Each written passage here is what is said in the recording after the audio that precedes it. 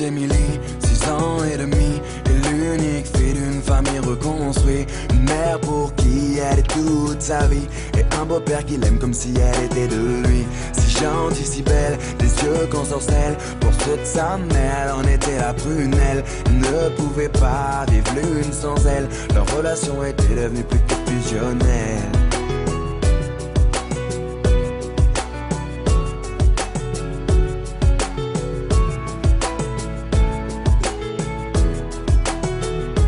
Petite Émilie, à 8 ans passés, rien n'a changé sauf qu'elle a déménagé. Fini la campagne isolée, elle vit maintenant en ville car sa maman fut mutée.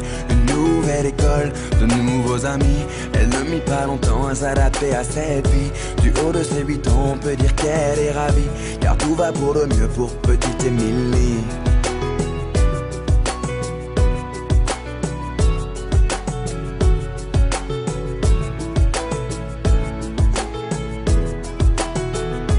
Petite Émilie, à 10 ans, était devenue une petite fille comblée. On peut dire que l'école lui plaisait. Bonne élève pour maman, elle en était une fierté. Un peu rondelette, de bonnes petites joues. Elle essuie les critiques de quelques jaloux. Devant les profs, ils l'appelaient bouffe-tout. Mais ce ne sont que des enfants après tout. Depuis quelques temps, une nouvelle forme de violence se développe sur les réseaux sociaux. Elles prennent différentes formes, elles peuvent prendre la forme de châtiment corporel, mais elles peuvent aussi prendre une forme plus insidieuse, qui est tout ce qui est la violence plus psychologique. Petite Émilie, à 12 ans maintenant, adolescente enfermée aux grandes dames de maman.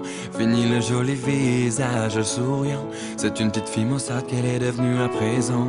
Faut dire qu'au collège, tout avait changé. Trop d'élèves ne faisaient que de se moquer.